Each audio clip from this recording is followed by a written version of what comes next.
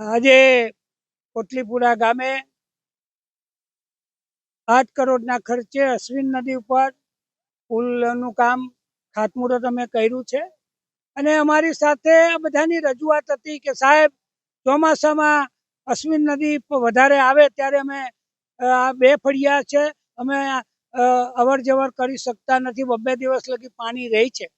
તો આનું નિવારણ માટે મેં માન્ય મુખ્યમંત્રી સાહેબને અમારા જિલ્લા ભાજપ પ્રમુખ, અમારા તાલુકાના પ્રમુખ ભાજપ જયરાજસિંહભાઈ, જિલ્લા પંચાયતના સભ્યો આગેવાનો સાથે કરતા અમે આ પુલ આજે મંજૂર થયો છે અને આ ખાતમુહૂર્તમાં આજે અમે બધા જ જયરાજસિંહભાઈ, જસુભાઈ, નારાયણ કાકા, અમારા નગીનભાઈ, દલસિંહભાઈ બધા જ આગેવાનો, કનુભાઈ અહીંયા બધા જોડાયા છે અને રંગે ચંગે અહીંયા ખાતમુહૂર્ત કર્યું છે અને રંગે ચંગે પુલ બનશે ત્યારે પછી અમે લોકાર્પણ રંગે ચંગે કરવાના.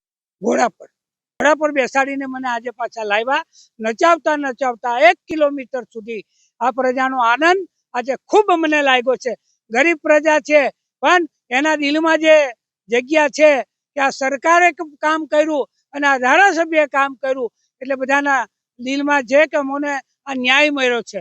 આ ન્યાય આપવાનું કામ આ ભાજપની સરકારે કર્યું છે.